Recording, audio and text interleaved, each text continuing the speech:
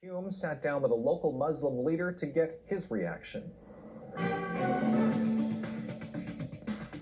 A big announcement from President Trump. The U.S. will be recognizing Jerusalem as the capital of Israel, and the U.S. Embassy will move from Tel Aviv to Jerusalem. It's a move that's caused a lot of protests and conflict between Palestinians and Israelis.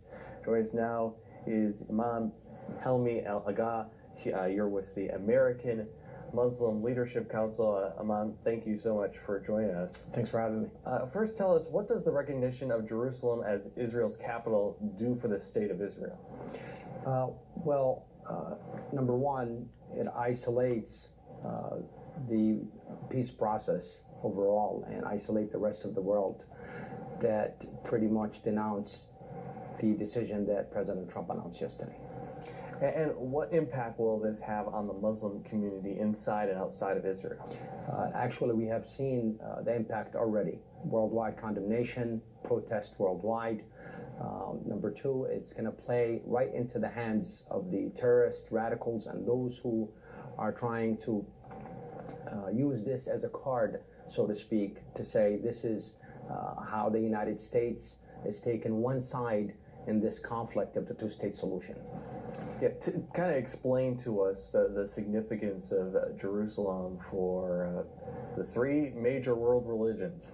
Well, as we all know, that Jerusalem, first of all, is a capital and holy city to all three major religions: Christianity, Judaism, and Islam.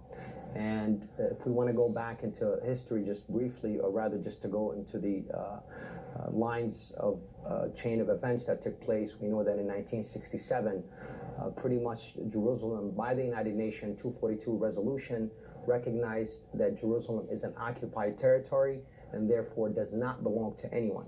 Furthermore, in 1980, the United Nations also issued another resolution stating that Jerusalem is not it's a occupied territory. It's almost like if we were to go to Afghanistan and years later we decide to build settlements and then claim that it's a capital and it belongs to us. That's the resemblance that I could put to some of our audience that are listening. The argument from President Trump is that a lot of most of the government offices for Israel are based in Jerusalem, so why not have the embassy there, since most of the embassies in most countries are in the capitals? Because number one, this was going back to the Oslo peace agreement that was already drawn by President Clinton, signed by Arafat and the Prime Minister of Israel at the time. So this undermines the peace process that we started as the United States and we brokered. So pretty much you are putting a death sentence and the two-state solution. You're putting a death sentence on an agreement that took place here in Washington, D.C. that said we're going to start a resolution to have the Palestinians and the Israelis live side by side, and according to the United Nations resolution, there'll be East and West Jerusalem divided between the Palestinians and the Israelis. So this decision by the Trump administration, in your view, favors the Israelis over the Palestinians? Not only I believe that it actually favors them, but I think the administration here gave up on the peace process. Not only that it favors, I think this was just the wrong decision made by this administration, despite warning from the State Department. We're talking about someone in his own staff.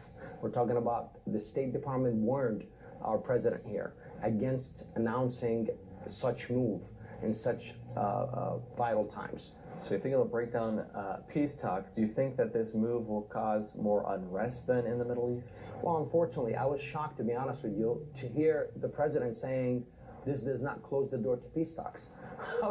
I mean, how does it not close the door? I mean, you completely shut down the door to peace talks when you forced something on the one side, which is the Palestinian side, and said, we're only going to recognize the existence of the state of Israel.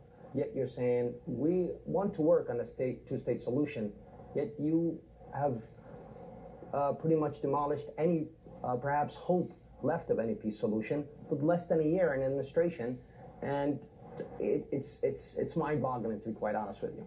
All right, well, obviously, this is something we will keep up to date on. Imam Helmi El Agha from the American Muslim Leadership Council. Thank you so much for going in depth with us today. Thank you for having me. Thank you so much. Thanks. Appreciate it.